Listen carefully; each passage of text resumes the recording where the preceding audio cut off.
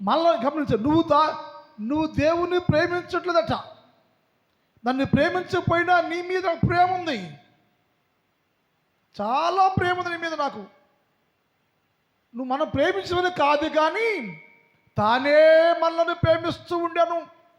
యేసయ్య అన్నాడు, ఆయన ఎవరిని ప్రేమిస్తాడో వారిని ఏర్పాటు చేసుకుంటాడట. ఆయనకి ఎవరి మీద ఎక్కువ ప్రేమ ఉంటుందో, ఎక్కువ ఎవరిని ప్రేమిస్తూ ఉంటాడో వారిని తన కోసం ఏర్పాటు చేసుకుంటున్నాను. నా దాని నువ్వు ఎన్నుకున్నాను, నేను ఏర్పాటు చేసుకున్నాను, నేను నా సొత్తు నీవు. ఎందుకయ్యా అంత ఇది, ఎందుకు ఏర్పాటు చేసుకున్నావు అంటే, నేను నిన్ను ప్రేమిస్తున్నాను కనుక నా ప్రేమ ఎంతదో చెప్పడానికి నేను నిన్ను ఏర్పాటు చేసుకున్నా, ఎన్నుకున్నాను నేను.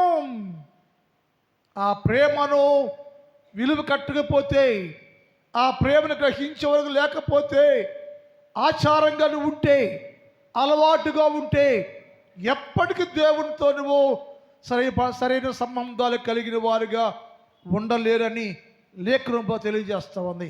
సో ఒక వాక్యాన్ని, ఈ నెల కొరకు వాక్యం ఏర్పాటు చేయబడింది. ఆ వాక్యాన్ని చూద్దాం. యేసు ప్రభుల వారు మనల్ని ప్రేమించాడు, నెలంతా కాపాడారు, నెలంతా దీవించారు. నెలలో ఎన్నో కష్టాలు వచ్చాయి, వ్యాధులు వచ్చాయి, బాధలు వచ్చాయి, సమస్యలు వచ్చాయి, భయంకర ఎండ వేడి వచ్చింది. అన్నిటినీ అధిగమించి మరొకసారి యేసుక్రీస్తు ప్రభు సన్నిధిలోకి వచ్చి, దేవో నెలంతా కాపాడే ప్రభు, నెలంతా దీవించావయ్యో, ఔషించావు, ఆరోగ్యం ఇచ్చావు, బలం ఇచ్చావు, శక్తి ఇచ్చావు, నీ కృప క్షేమాలతో నింపామని ఆ ప్రభులు వారిని ఘనపరుచుకునే సమయాన్ని యేసే మనకిచ్చారు. అది ఎరిగి ఉంటే ఆ తెలుసుకున్న ఏ వ్యక్తి కూడా ఇళ్ళలో పడుకోలేడో, గుడి మారేలేడో, సొంత పనులు చేసుకోలేడు, విలాసాలు ఉండలేడు. అది ఎరగక్కనేమో దేవుడు నీకేం చేశాడో, ఏమిచ్చాడో, ఏం చేస్తున్నాడో ఎరగలేదు కాబట్టి ఇష్టానుసారంగా జీవిస్తున్నావు నీవు.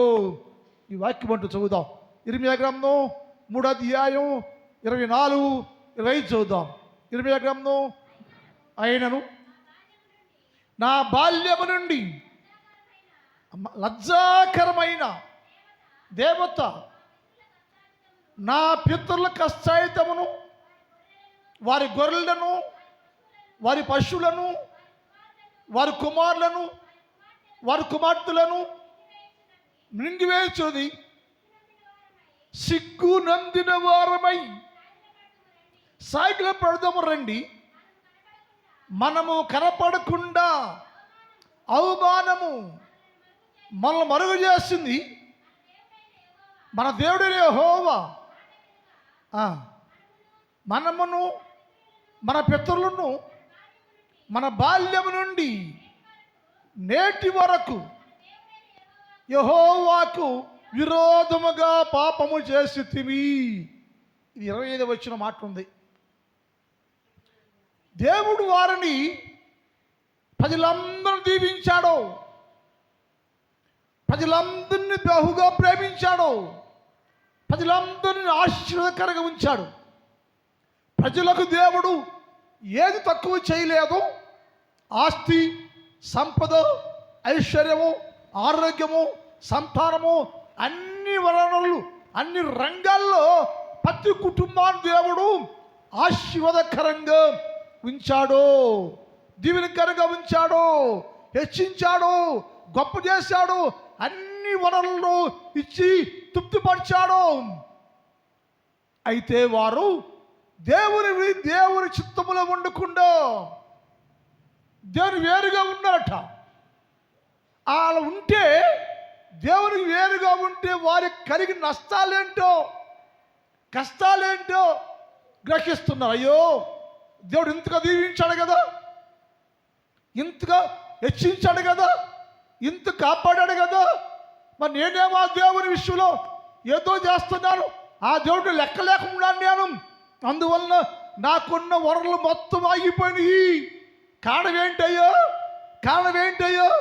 ఎందుకు శాపం, ఎందుకు కోపం, ఎందుకు నష్టం, ఎందుకు అపకీర్తి, ఎందుకు నాకు ఇలా వచ్చింది, ఎందుకు ఇలా జరుగుతుందని ఒక్కసారి వారందరూ దేవుని సన్నిధిలోకి రాకుండా కుటుంబాల్లోనే ఉండి ఆలోచిస్తారట. ఎందుకు ఇలా జరుగుతుంది మనకి? ఎందుకు ఇలా జరుగుతుంది? ఎందుకు కష్టాలు మనకి అంటే మనకేమర్థంటే మన అందరము దేవునికి విరోధంగా పాపం చేస్తున్నామయ్యా. మన అందరము దేవునికి విరోధంగా ఎప్పటి నుంచి? బాల్యకాలములో నుంచే, చిన్న వయసులో నుంచే మన అందరము యెహోవాకు విరోధంగా పాపం చేస్తున్నాం మనం. అందుకనే నష్టము, కీడు, సమస్య, వేదన, రోదన, అవమానము, నింద చుట్టుముట్టి జీవిస్తున్నామేమో అని వారు గ్రహించారు. గ్రహించడం ప్రారంభించారు. అసలు ఏంటి వారు చేసిన పాపం? అంతకు ఏడవటానికి వారు అలా జీవిస్తుంటే ఏమైంది తెలుసా అండి? అక్కడ మాట అన్నాడు, మేము అంట దేవుడు మమ్మల్ని దీవిస్తూ ఉంటే, దేవుడే మమ్మల్ని దీవిస్తుంటే మేమేమో లజ్జకరమైన దేవత పూజిస్తున్నట్టు. వాళ్ళు దీవునేమో దేవుడిది, దీవునేమో దేవుడిది, వాడు జీవించిందేమో లజ్జకరమైన జీవితాన్ని. అంటే లజ్జాకరమైన దేవతను పూజిస్తున్నవేమేమో. యెహోవా దీవించాను, యెహోవా ఆశీర్వదించాను, ఆరోగ్యం ఇచ్చాను, ఆస్తునిచ్చాను, డబ్బు ఇచ్చాను, సంతానం ఇచ్చాను, సంస్కారం ఇచ్చాను, అన్నీ ఇచ్చాడు దేవుడు. ఇచ్చింది ఎవరు? యేసు ప్రభుల వారు. మనం ఎవరు జీవిస్తున్నా? దేని ప్రేమిస్తున్నా? దేవుళ్ళు ఉన్నానేమో. ఏ దేవుడు కొలుస్తున్నాను అంటే లజ్జాకరమైన నా మాటకు సుమి అక్కడ ఏంటంటే లజ్జాకరమైన దేవత పూజించవయేమేమో, లజ్జాకర పాపం చేస్తున్నవయేమేమో, లజ్జాకరంగా జీవిస్తున్నవయేమేమో. లజ్జాకరమైన దేవతలు పూజిస్తుంటే సృష్టికర్త అయినా, దేవుడైనా, నా ప్రియుడైనా, నా కర్త అయినా, నా భర్త అయినా, నా ప్రేమించుడైనా, దీవిస్తుందైనా ఆయన వదిలిపెట్టేసి నేను లజ్జాకరమైన దేవతలను పూజిస్తుంటే ఆ లజ్జాకరమైన దేవత ఉందే, లజ్జాకరమైన పాపం ఉందే, లజ్జాకరమైన దేవత, లజ్జాకరమైన పాపం ఉందే. అది నిన్ను, నీ పితరులను, నిన్ను చదో దేవత గమనించాలి. ఆ లజ్జాకరమైన దేవతను పూజించడం వలన, లజ్జాకరమైన పాపను చేయటం వలన మా పితరులు చాలా కష్టపడి సంపాదించారే. నాకు మా పితరులకి యెహోవా ఇచ్చాడే ఆస్తి, సంపద, అన్ని విలువైన ఇచ్చాడు దేవుడు. అవి మా పితరులు కష్టాయితమంతా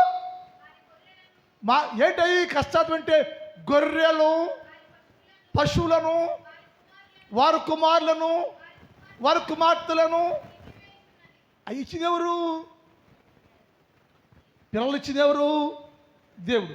గొర్రెలు ఎవడిచ్చాడు? దేవుడు. మేకలను ఎవడిచ్చాడు? దేవుడు. ఉద్యోగం ఎవడిచ్చాడు? దేవుడు. డబ్బు ఎవడిచ్చాడు? దేవుడు. ఆస్తి ఎవడిచ్చాడు? దేవుడు. నీ పొలం ఎవడిచ్చాడు? దేవుడు. 100 బస్తాలు పండింది ఎవడిచ్చాడు? దేవుడు. ఇవన్నీ ఇచ్చిందేమో దేవుడు. అయితే ఆ దేవునికి నమస్కారం చేయక, ఆ దేవుని ప్రేమించక, ఆ దేవునికి లోపడకుండా, ఆ దేవునికి ఇష్టలుగా ఉండకుండా, ఆ దేవునికి ఇష్టానుసారంగా జీవించకుండా లజ్జాకరమైనటువంటి సాతానికి, లజ్జాకరమైన పాపానికి నువ్వు బతుకుతుంటే, దానిలోనే ఉంటే ఆ పాపం ఆ దేవత, ఆ సాతాను, అపవాది దేవుడు నీకు ఇచ్చిన ఆస్తంతటిని మింగేసిందట. మింగేసి నీకు ఏమిలే. ఏమైందయ్యో నా ఆస్తి ఏమైంది? నా ఆస్తి ఏమైందయ్యో? నీ ఆస్తి అందుకు పోయిందయ్యో. ఎందుకు పోయిందంటే నీ జీవితం లజ్జాకరంగా ఉంది. లజ్జాకర దేవత పూజిస్తున్నావు నీవు. ఆ లజ్జాకర దేవత ఉందే నీ ఆస్తి అంతా మింగేస్తుంది, నీ బిడ్డలు మింగేస్తుంది, నీ భర్తలు మింగేస్తుంది, నీ భార్యను మింగేస్తుంది, నీ ఆస్తి మింగేస్తుంది, నీ సంపద అంతా మింగేసి ఎంపీ పాత్ర చేసింది. నీకంటూ ఏమి లేకుండా చేసింది, ఏమి లేకుండా అయిపోయింది. బతుకు శూన్యం, బతుకు శూన్యం, నాశనం అయిపోయింది. కారణం ఏంటయ్యా? కారణం ఏంటి అని వాళ్ళు ఆలోచన చేస్తారు. ఎందుకయ్యా ఇలా అయిపోయింది మనకి? ఎందుకు ఇలా అయిపోయింది మనకి? అన్నీ పోతే ఏం మిగిలిందంటే అవమానం మిగిలిందట.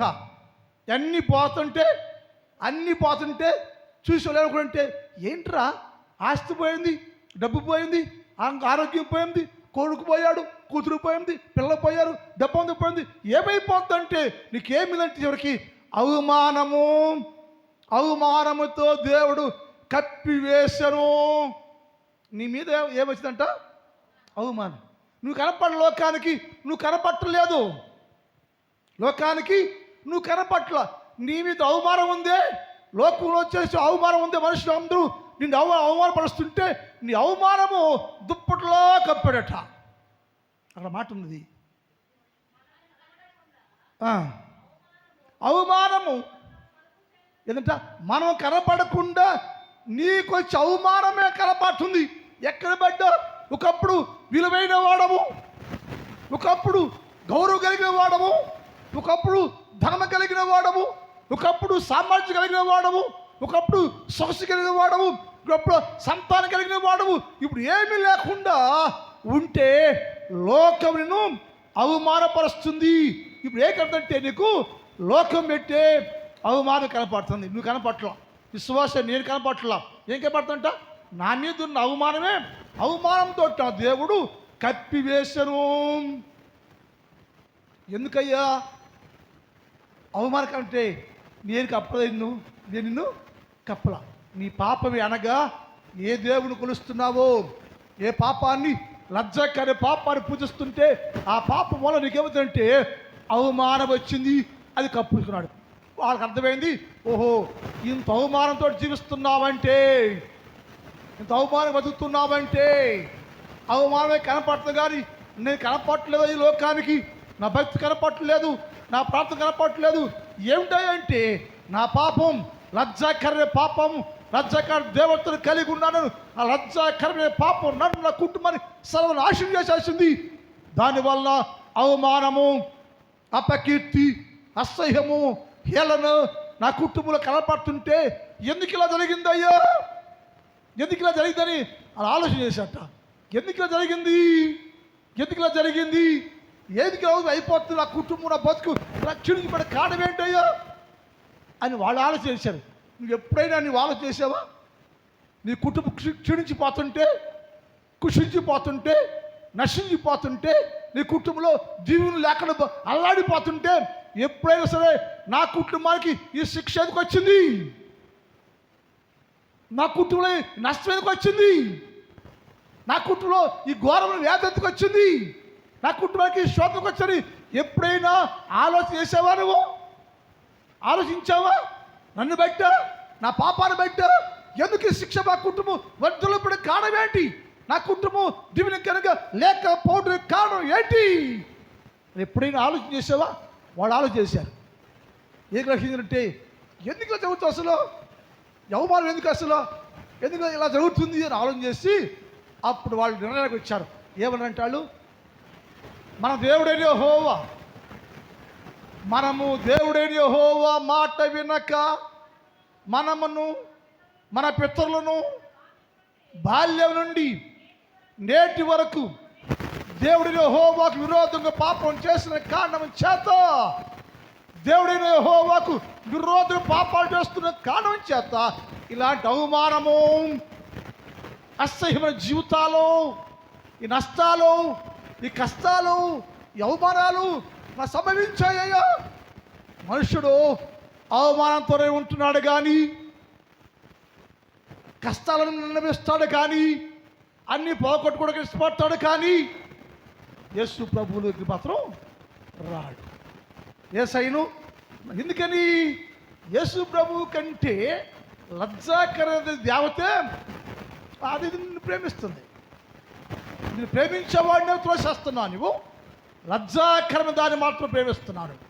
అదేమో నీ బిడ్డలను, నీ ఆస్తిని, నీ మేకల్ని, నీ గొర్రెల్ని, నీ ఆస్తిని అంత మింగేసి ఏమి లేని వాడు చేస్తే ఈ నష్టం ఎందుకయ్యో, నష్టం దేనికయ్యా అంటే ఎవడు దేవునికి విరోధంగా పాపం చేశాడో వారిని బట్టి ఇది జరిగిందయ్యా అన్నాడు. వాళ్ళు అన్నారు, అయ్యా మనం దేవునికి విరోధంగా పాపం చేస్తున్నాం కదా, అందుకని మనకు శిక్ష వచ్చిందయ్యా అని అనుకున్నాం. అసలు ఏంటి శిక్ష? వాళ్ళ పాపం అది 3 రోజులు తీసుకున్నాం. అసలు వాళ్ళు చేసినటువంటి పాపం ఏంటి? వాళ్ళు అనుకున్నారు, ఏమనుకున్నారు వాళ్ళు? నేను యెహోవాకు విరోధంగా పాపం చేశాం కదా, ఆ పాపం వల్లనే ఇవన్నీ జరుగుతున్నాయి కదా అనుకున్నారు. అసలు వాళ్ళు చేసిన పాపం ఏంటి? వాళ్ళు చేసిన పాపం ఏంటి? నువ్వు చేసిన పాపం ఏంటి? ఒకటి, వారు యెహోవా రక్షణకర్త అయిన యెహోవాను మర్చిపోయిరి. నెంబర్ 1, వారు చేసిన పాపం ఏంటి? వారు ఏమన్నారు?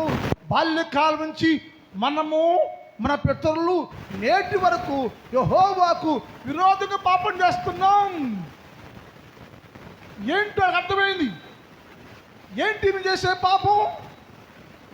యెహోవాకు, యేసు ప్రభుల వారికి నేను చేస్తున్న పాపం, దేవునికి విరోధంగా నేను చేసే పాపం ఏమిటి అని వారు గ్రహించి పశ్చాత్తాపడుతున్నారు. ఏడుస్తూ ప్రారంభించాడు. అయ్యో, మేము దేవునికి విరోధంగా పాపం చేసినందువల్ల గొర్రెలు పోయి, మేకలు పోయి, ఆస్తి పోయింది, డబ్బు పోయింది, అవమానం మిగిలింది, అవమానం ఉంది, మాకు తిట్టాకు లేదు, ఉంటాకు లేదు, నిస్సహాయం ఉన్నా మేము ఎందుకు ఇస్తున్నాయంటే మేమయ్యో దేవునికి విరోధంగా పాపము చేస్తే మాకు శిక్ష సంభవించిందయ్యా అని పశ్చాత్తాపంతో వారు ఎడవటం ప్రారంభించారు. నీ కుటుంబంలో శోధన, నీ కుటుంబంలో వేదన, నీ కుటుంబంలో రోధన, నీ కుటుంబంలో ఐక్యత లోపిస్తాయి. అన్నీ ఉన్నా ఏమి లేని వాడు ఉంటున్నాడు. కారణంటే యేసు ప్రభు చోట్లని కుహంలో, ఇంట్లో యేసయ్యకి చోటే లేదు.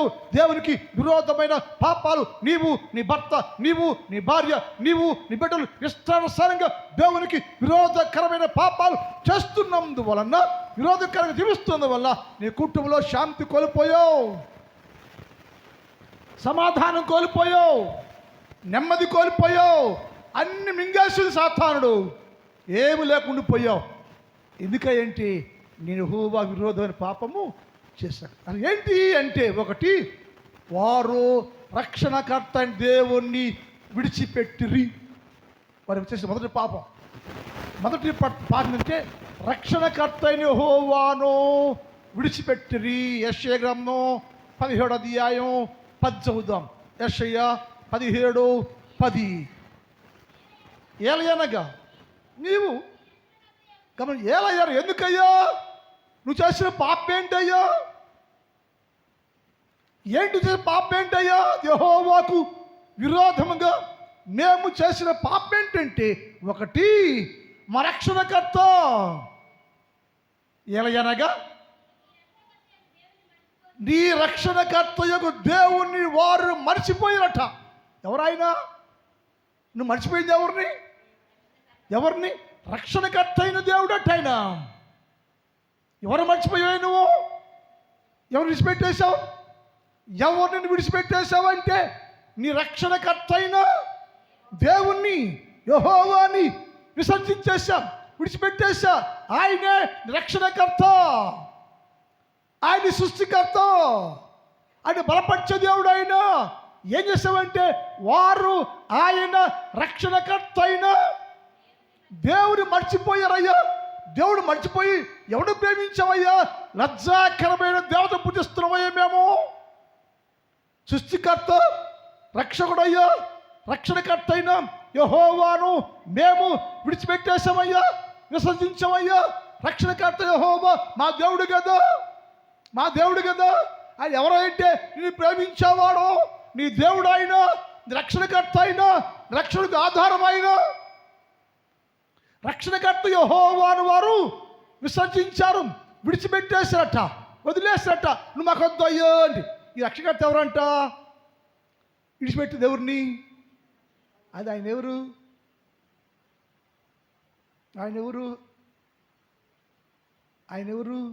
వాళ్ళ ఆయన ఎవరు? తెలుగు చెప్పు. ఆయన అనేది తెలుగు, భర్త అనేది ఇంగ్లీషు, హస్బెండ్ ఇవన్నీ మనం పెట్టుకునే పేర్లే. మనం కుటుంబాల్లో నాకు చికాకు వచ్చింది, మమ్మీ డాడీ ఆ మైకింగ్ మాట్లాడతారు. ఎవరు చెప్పాడు మమ్మీ డాడీ అని? మన తెలుగు పదం ఏంటి? అమ్మ నాన్న. ఈ ఇలా వింటూ ఉంటాం మనం, ఈ రోకలు ఉంటాం కదా మనం, మమ్మీ డాడీ ఈ బడాయి మాటలు అన్నీ. మనం ఏమనాలా? మమ్మీ అమ్మని అమ్మ అనాలి, నాన్న అనాలి. ఇప్పుడు అమ్మ మమ్మీ డాడీ పది మా డా రెండు కలిపితే బూతు మాట అయింది తెలుసా? చంపేయాలి మీ భాషలో, మీరు చేసంలో పోజులు. అమ్మంటే అవమానమా? అమ్మంటే అవమానమా? సిగ్గా? నామోష అమ్మ నాన్న రియల్ వరుసలది. మీరు మమ్మీ ఎక్కడ వచ్చిందుకు? అమెరికాలో వచ్చాను వేడన్నా, పుట్టిందో వేమూరులో, బతికే రోత, నీకు మళ్ళీ మమ్మీ అనిపిదా?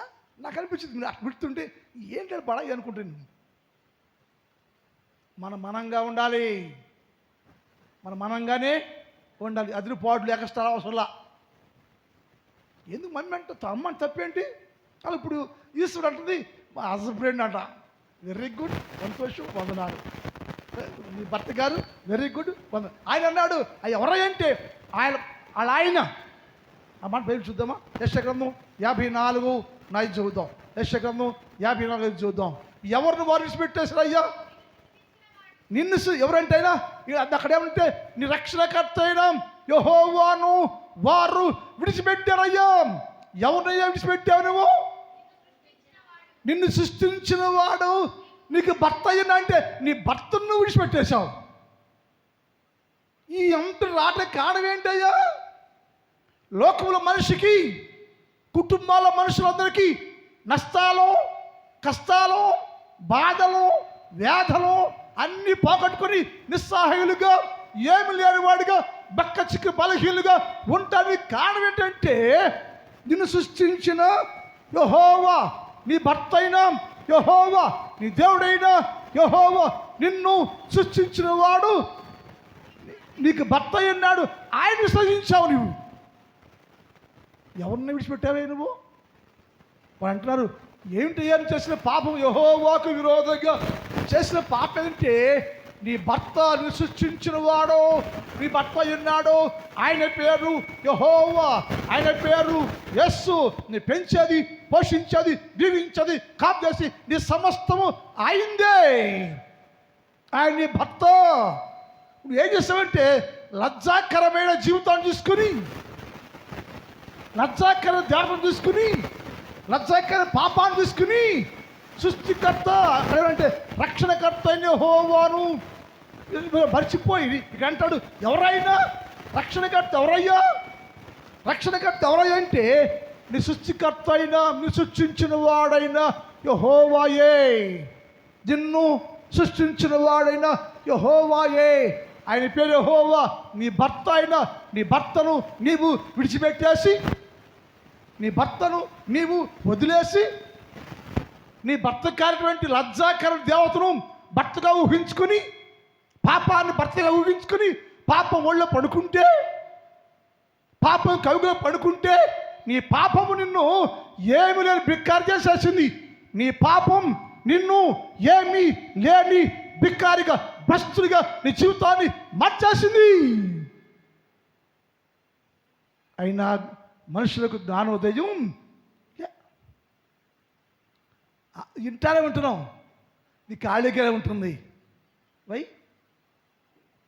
ఎందుకని నాకు ఈడొద్దు. ఎవడొద్దు? సృష్టికర్త అయినా భర్త నాకొద్దు. ఎవడు కావాలి నాకు? లజ్జాకర దేవత కావాలి నాకు. లజ్జాకర దేవత కావాలి. దాన్ని ప్రేమిస్తున్నాను నేను, దాన్ని పూజిస్తున్నాను నేను, దాన్ని నమస్కారం చేస్తున్నాను నేను. అది నాకేమి ఇవ్వకపోయినా, నా కుటుంబానికి విలువ, గౌరవ, ఘనత ఏది తెచ్చి పెట్టకపోయినా దాన్నే ప్రేమిస్తున్నా అయ్యా అని అన్నాడు. ఏంటయ్యా నువ్వు చేసిన పాపం ఏంటి? యెహోవాకు విరోధమైన పాపం చేశాంట. ఏంటంటే రక్షణకర్త అయిన నా దేవుడిని యెహోవాను విడిచిపెట్టారయ్యా.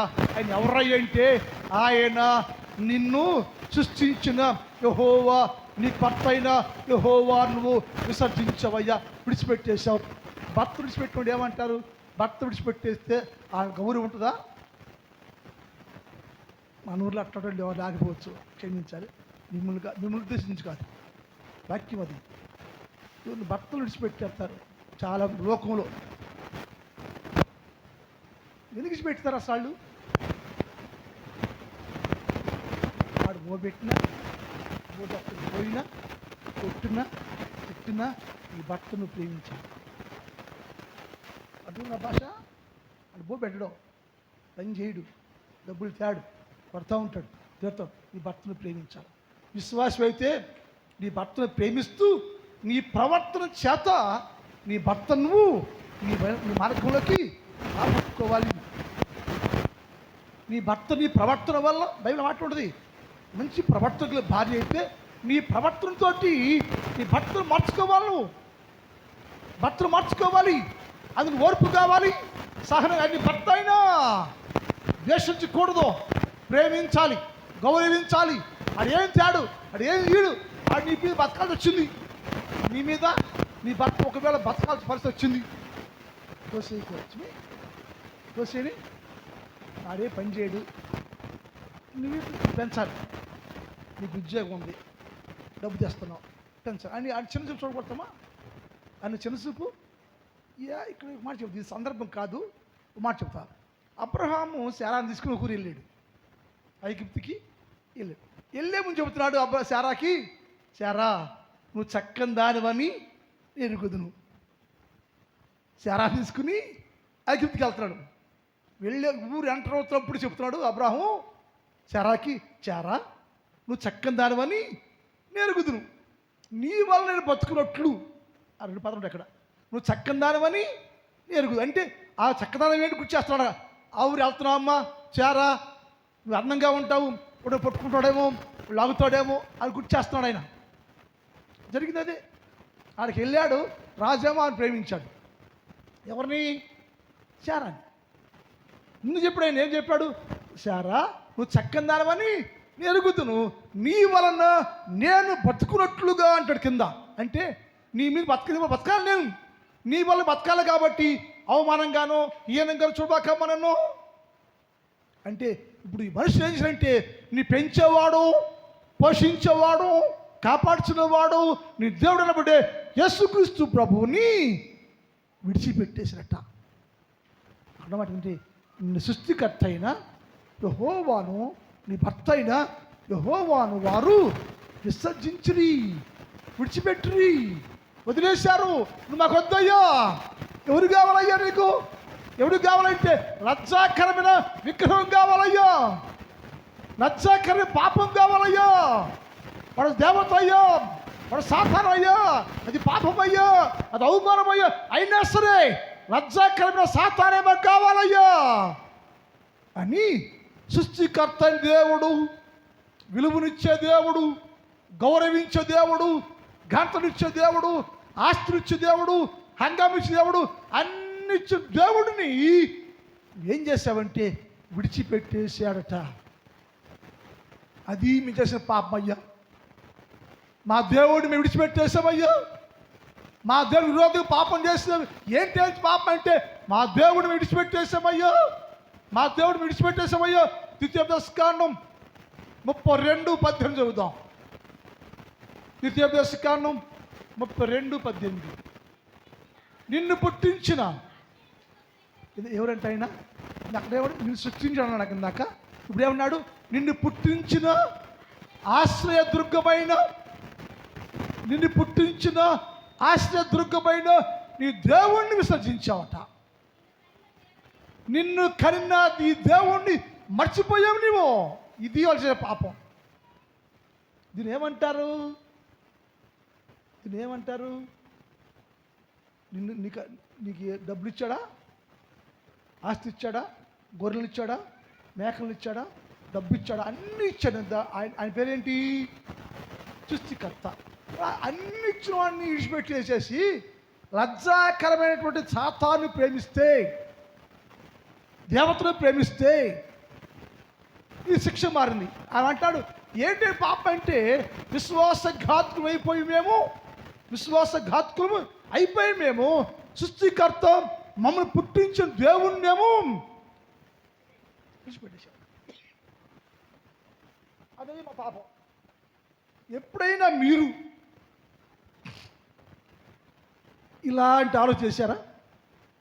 మా బతికే ఎందుకు అయిపోతుంది, మా కుటుంబాలు క్షీణించబడే కారణం ఏంటి, మా కుటుంబాల్లో ఆత్మీయ ఎదుగుదల లేకపోతే కారణం ఏంటి, ఆర్థికంగా ఎదుగుదల లేకపోతే కారణం ఏంటి?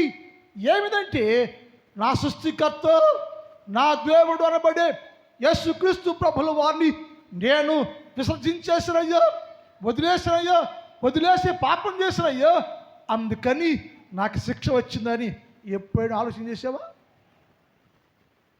ఏందే వీడి ఇంకొకడు ఏంటంట, వీటి కాకపోతే ఇంకొక రూపాయి 16 మంది మొగుళ్ళు. ఎంతమంది? రూపాయికి 16 మంది భర్తలంట. తెలుగు చెప్తున్నాను నేను. రూపాయికి 16 మంది భక్తులు. వీడే కావాలా? వీడు బాగుండాడు ఇంకొకడు అనుకుని లోకులు అది అనుకుంటున్నాను. ఇలా తయారైపోయింది లోకం. పాప అయిపోయింది. అంటే యేసయ్య దేవుడు, యేసయ్య భర్త విడిచిపెట్ట, మీరు సృష్టించిన వాడిని విడిచిపెట్టేశారు మీరు. అది ఏం చేయాలి? పాపం మాట బైబిల్లో ఉంటుంది. చూద్దాం. ఇర్మియా గ్రంథం 2వ అధ్యాయం 27. టైం అయిపోతుంది. ఇర్మియా 2:27. ఇర్మియా గ్రంథం. వారు ఎవరు తట్టు అంట? ఎవరు తట్టు? నువ్వు రా.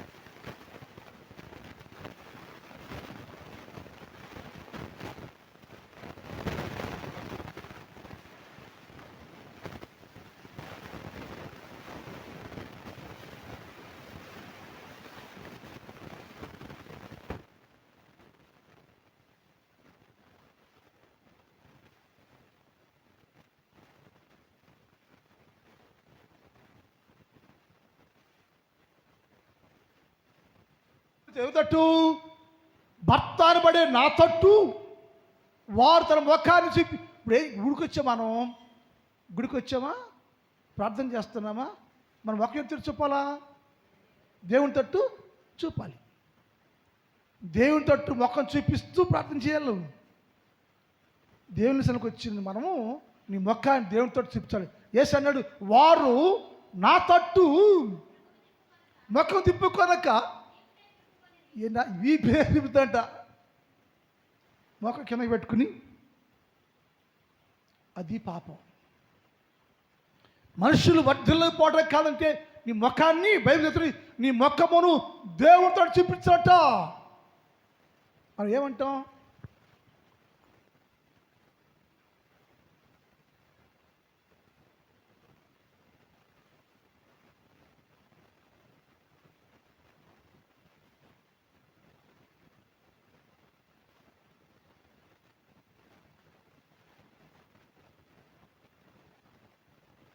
దేవాలయంలో ఉన్నాడు.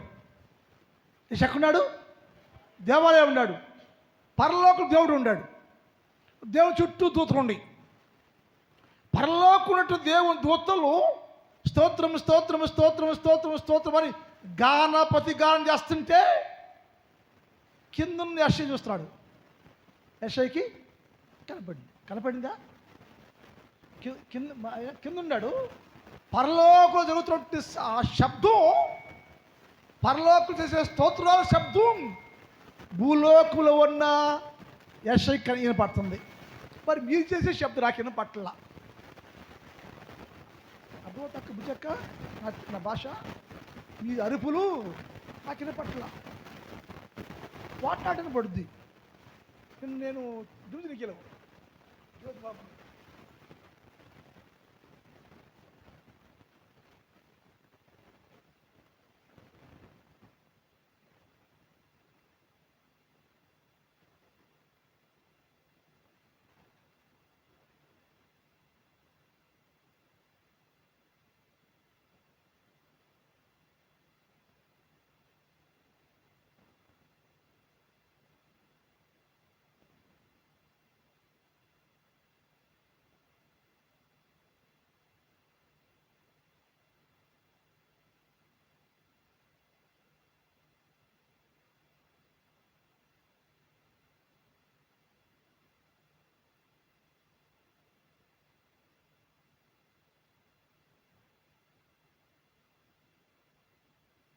ఆశ్రుడై ఉండను అంటే మనం ఏం చేయాలంట?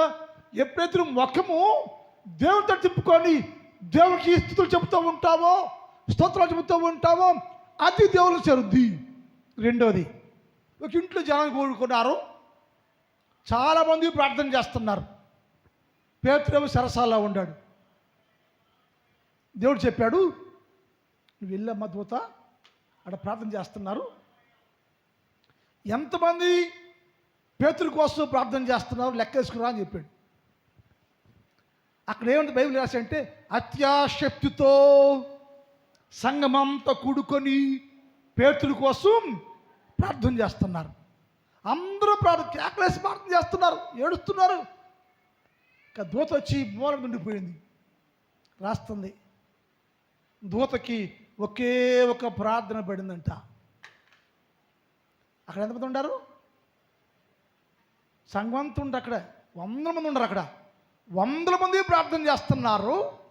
కానీ దూతకి వినపడింది ఎన్ని పేర్లు? ఒకే స్వరమే. అది కూడా చిన్న అమ్మాయి, అది కూడా చిన్న అమ్మాయి ప్రార్థన. ఇంత మంచి ప్రార్థన ఎందుకు వినపడలా అంటే, నాభీశ్వత్వం నుంచి ప్రార్థన రావాల్సివి. నీ ప్రార్థన స్థుతులు చాలా గొప్పగా ఉండాలి. నువ్వు చేసే అలాంటి ప్రార్థన చేయాలి మనం. ఇప్పుడు ఏమైంది ఎందుకు చెప్పి సందర్భం, నేను దేవుడు నీకోసం అన్ని ఇస్తే ఆ వాక్యం ఏమంట, వారు తిప్పుకొనక వీపుకొని తిప్పుకొనిరి, అయినను ఆపద కాలములో లేచి మమ్మల్ని రక్షించమని. ఎందుకని? ఇప్పుడేమో ఏసైని మొక్క చూపించమంట. ఏసైకి మొక్క చూపించవు, పొద్దా వీపే చూపిస్తా, వెనక పక్కన చూపిస్తున్నాను ఏసైకి. కష్టం రాగానే అర్థమవుతున్న భాష మీకు అర్థం ఏంటి కనపట్లా. ఆయన ఏమన్నాడు? వారికేమో మొక్క చూపించదు, వీపే చూపిస్తున్నారు. కష్టం రాగానే వీపు తిప్పేసి మొక్క చూపించి అప్పుడు కష్టం రాగానే ఏసై గుర్తొస్తా అంట. కష్టాలు రాగానే దీన్ని ఏమంటారు? విశ్వాసఘాతకం అంటారు. మీరు ప్రార్థన చేస్తారు ఏమని? అయ్యా మంచి పంట ఇచ్చావయ్యా, మంచిగా దీవించిన ప్రార్థన చేస్తాం. చేస్తారా? మీరు చేయలే. చేస్తారా? ఏం చేస్తావు? పంట ఇచ్చావయ్యా, దీవించవయ్యా, ఆ కుటుంబం దీవించవయ్యా, అన్నీ బాగా ఇచ్చావయ్యా, థ్యాంక్స్ అయ్యా, వందనాలు అయ్యా, స్తోత్రం చెబుతాం. మరి అంతగా దీవించాను దేవుని, మరి నువ్వేమిచ్చా ఏంటి? అర్థమవుతున్న భాష. ఇక్కడ వచ్చి మంచి పంట ఇచ్చావయ్యా, మంచి భర్తలు ఇచ్చావయ్యా, మంచి భార్యలు ఇచ్చావయ్యా, మంచి బిడ్డలు ఇచ్చావయ్యా, సంవత్సరం అంతా కుటుంబం బహుగా దీవించావయ్యా, వెరీ గుడ్. ఎంతగా దీవించిన దేవుడికి నువ్వేమి ఇచ్చా? ఏమి ఇగిపోతే ఏమంటారు? ఈనటువంటి వాళ్ళు ఏమంటారు? ఏం చెప్పాలి? అది కూడా ఏమంటారు? Eshwari, yes thank you. ఏమంటారు? విశ్వాసఘాతకులు అంటారు. ఇది అని చేసింది. వాళ్ళు దీవించాడు దేవుడు, మాటల సామ్మడి. మాటలు ఈ అంటారు ఇవి ఇంత ఉంటాయండి. మాటలు పూటలు మా ఇంట్లో సాయంకాలం మా ఇంటికి ఏదో ఈ సాయం చేస్తూ ఉంటాం. మాటలు చెప్పుకోవడమేనా? చేతలు రాలిపోతే ఉందా దేవుడికి? నువ్వు దేవుడికి ఏమి ఇవ్వకుండా బడాయి మాటలు మాట్లాడితే విశ్వాసఘాతకులు వాళ్ళు ఏమైందంటే విశ్వాసఘాతకులు అయిపోయారు. ఎలా? దేవుడు దీవిస్తే, దేవుడు ప్రేమిస్తే, దేవుడు హెచ్చిస్తే, దేవుడు అన్నీ ఇస్తే ఆ దేవునికి విశ్వాసం ఉండకుండా విశ్వాసఘాతకులు అయిపోయి దేవుడిని వదిలేసి దేవుడికి అన్ని పోగొట్టుకుని అన్ని పోయినాక దేవుని దగ్గరికి అక్కడ మాట ఏమన్నా కష్టం రాగానే ఆపద కాలంలో లేచి మమ్మల్ని రక్షించమని వారు మనవిచ్చేది ఎప్పుడంట విడిచిపెట్టేశారు, వదిలేశారు. దేవుడు మాకు వద్దయ్యా అని చెప్పారు, వదిలేసేసి పూర్తిగా దేవుడికి వేరుగా ఉంటున్నారు, దేవుడు లేకుండా ఉంటున్నారు, దేవుడితో సంబంధమే లేకుండా ఉంటున్నారు. అంటే దేవుడు దీవులు కావాలా, పంట కావాలా, డబ్బు కావాలా, ఆస్తి కావాలా, నువ్వేవి బడాయి మాట్లాడతావు ఏంటి? అప్పుడు దాన్ని ఏమంటారు? విశ్వాసఘాతులు అయిపోతే అన్నీ పోయింది, మొత్తం ఊడిపోయింది. అప్పుడంట అయ్యా కష్టం వచ్చిందయ్యో, బాధ వచ్చిందయ్యో, సహాయం చేయయ్యో దేవుడు అని వారు మొరపెడుతున్నారట. అయితే ఏమైందట? ఎప్పుడు మాట పెట్టిన వాళ్ళు కష్టం వచ్చినప్పుడు అది అన్నాడు, మేము విశ్వాసఘాతుకులమై ఆయన విడిచిపెట్టేస్తే అన్నీ పోతే అప్పుడయ్యా అవసరమైతే దేవుడి దగ్గర వచ్చి ఏడుస్తామయ్యా. ఇవన్నీ విశ్వాసఘాతకమయ్యే వాళ్ళు దేవుని మర్చిపోయే కారణం ఏంటి? అసలు యెహోవా విడిచిపెట్టే కారణం ఏంటి? 1 ఆస్తి, 2 ఐశ్వర్యం, 3 అందం, 4 అహంకారం. ఈ 4 వాళ్ళు కలిగి ఆ 4 తీసుకుని ఆయన వాళ్ళు పెంచుకుని ఆయన విడిచిపెట్టేశారు.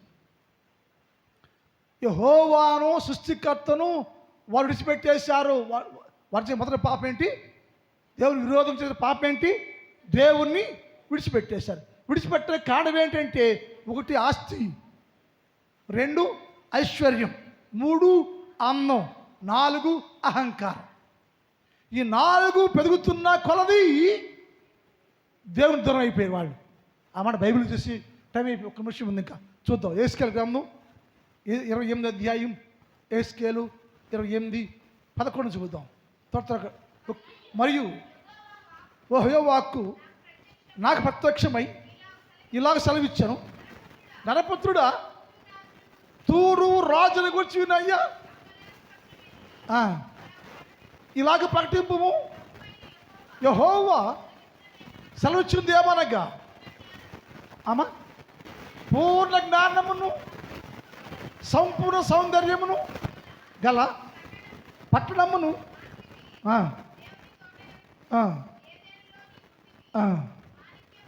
మాణిక్యము, గోమేదికయు, సూర్యకాంతికయు, రత్నమర రాయిని,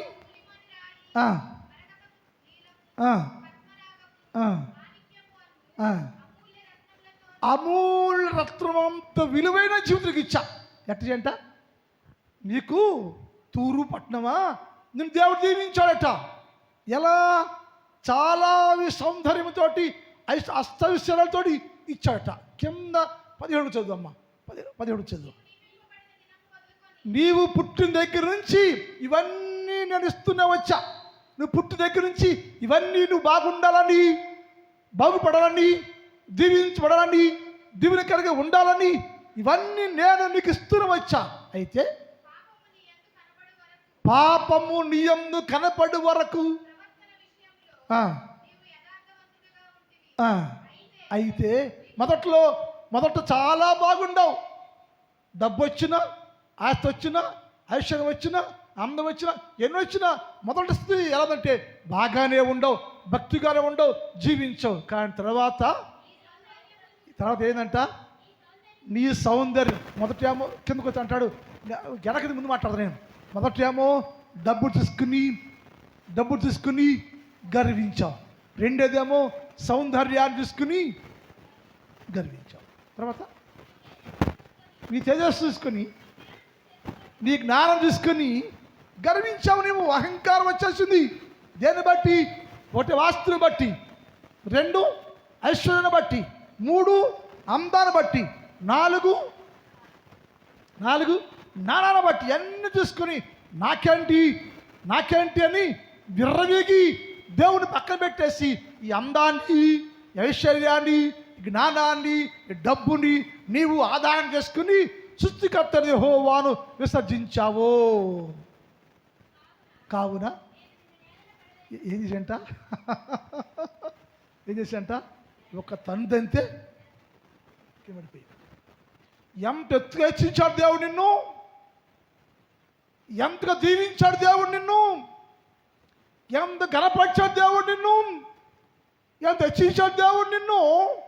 ఎప్పుడైతే దేవుడిని విడిచిపెట్టేశావో, విసర్జించావో, దేవుడికి వేరుగా జీవిస్తున్నావో, నాకు వేరుగా ఉండి ఏమి చేయలేరు మీరు అని చెప్పిన దేవుడు అక్కడ నువ్వు తండ్రి అంతే నేల మట్ట పడిపోయి కుప్పగులిపోయి మొత్తం క్లోజ్ అయిపోయింది. కాదంటే అహంకారం, ఐశ్వర్యం, అందాన్ని బట్టి, డబ్బును బట్టి, ఆస్తిని బట్టి, జ్ఞానం బట్టి, చదువును బట్టి, ఉద్యోగాల బట్టి, అన్నిటి బట్టి గర్వంగా అహంకారంగా ఉండి దేవుని వదిలేసావు నీవో. ఎందుకు రావట్లేదు గుడికి ఎందుకు రావట్లా? కంచిని బజార్లు వచ్చారా అందరూ? 1 2 3 4 ఈ కంచి బజార్లు వచ్చారు. కరెంట్ భాగ్యం బజార్లు వచ్చారు. 1 2 ఇద్దరేనా మీ బజార్లో ఉందా? ఈ గుడి బజార్లు వచ్చారు. 1 2 3 4 5 6 7 8 9 మీకంటే సమ్ బెటర్ కొంచెం. చావల రోడ్ల నుంచి 1 2 3 4 5 6 అంటే బజార్కి 5 వచ్చారంట. తక్కువ ఆడినట్టంట. ఎందుకు నీ గర్వం? అదే వారు గర్వించారు కాబట్టి తను తంతే అంటే మేమంటే దేవుడు తనకు తీసుకోవాల్సింది. దేవుడు ఇచ్చిన పడ్డవాడు చక్కముకంట. దేవుడు తన్ని పడేకి ముందే జాగ్రత్త పడు, దేవుడితోనే ఉండు, వాక్యంలో ఉండు, ప్రార్థనలో ఉండు, ప్రతిరోజు దేవుడితో సంబంధం కలిగి ఉండు, దేవుడు సహవాసంలో ఉండు. దేవా నా భర్తమయ్యా, దేవా నా కర్తమయ్యా, దేవా నీ వల్లనే నేను ఇలాగున్నానయ్యా, నీ వల్లనే నా కుటుంబం క్షేమంగా ఉందయ్యా అని ఆ ఇచ్చిన దేవుని బట్టి ఏ దేవుడు నిన్ను, నీ భర్తని, నిన్ను, నీ భార్యను, నిన్ను, నీ బిడ్డల్ని హెచ్చించి గొప్ప చేశాడో, ఉన్నతంగా ఉంచాడో ఆ దేవునితో ఉండాలి. నువ్వు అది చూసుకుని ఆ దేవుని పక్కన పడేసేసి ఇచ్చిన డబ్బును బట్టి, అందాన్ని బట్టి, జ్ఞానాన్ని బట్టి, చదువును బట్టి, ఉద్యోగం బట్టి, డబ్బును బట్టి బాగా పండ్ల బండి విర్రవీగిపోతే ఇంకో మాట చెబుతావు. సాయంకాలం మాట టైం అయిపోయింది. వర్షం వస్తాయంట. బైబిల్లో 2 విషయాలు రాస్తుంటాయి. ఎక్కువ వర్షం పడడానికి కారణం అంట విస్తారమైన పాపం అంట. ఎక్కువ వర్షం పడిన సంవత్సరం దానికి కారణం ఏంటంట? విస్తార పాపం అంట. వర్షం రాకపోవడానికి కారణం కూడా విస్తార పాపం అంట. విస్తారంగా వర్షం పుట్టడానికేమో విస్తార పాపం అంట. అసలు వర్షమే రాకుండా పోతే దానికి కారణం కూడా మీ పాపమే. దీని సాయంత్రం మాట్లాడదాం. ప్రార్థన మోకరించండి, దేవునితో మాట్లాడదామా? ఒక్క నిమిషం ఉన్నంతవరకు దేవునితో మాట్లాడదాం. దేవా, నీకు విరోధంగా మేము పాపం చేశామయ్యా, చేస్తూనే ఉన్నామయ్యా, క్షమించయ్యా. తెలియక ఒకవేళ మేము ఇంకా పాపం చేస్తూనే ఉంటే క్షమించయ్యా. మేమయ్యా సృష్టికర్త నిన్ను మర్చిపోయామయ్యా. ప్రార్థన చేసుకుందాం. ప్రార్థన వకరించండి. ప్రార్థన చేసుకోండి. ప్రార్థన చేసుకుందాం.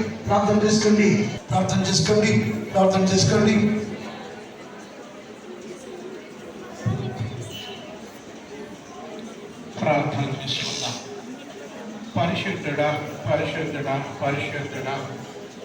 ప్రేమ కలిగినటువంటి మా ప్రియ పరలోకపు ప్రభువా, ఈ పరిశుద్ధ పాదములకు స్తుతులు, స్తోత్రములు, స్తోత్రాలు, స్తోత్రాలు, స్తోత్రాలు తండ్రి. దయగలిగిన ప్రభువా, మధ్యాహ్నకాల సమయంలో అయినా దయాళుని సన్నిధిలో చేయమని ప్రార్థిస్తున్నాము తండ్రి. ఈమె మాసం అంతా కూడా ప్రభుత్వం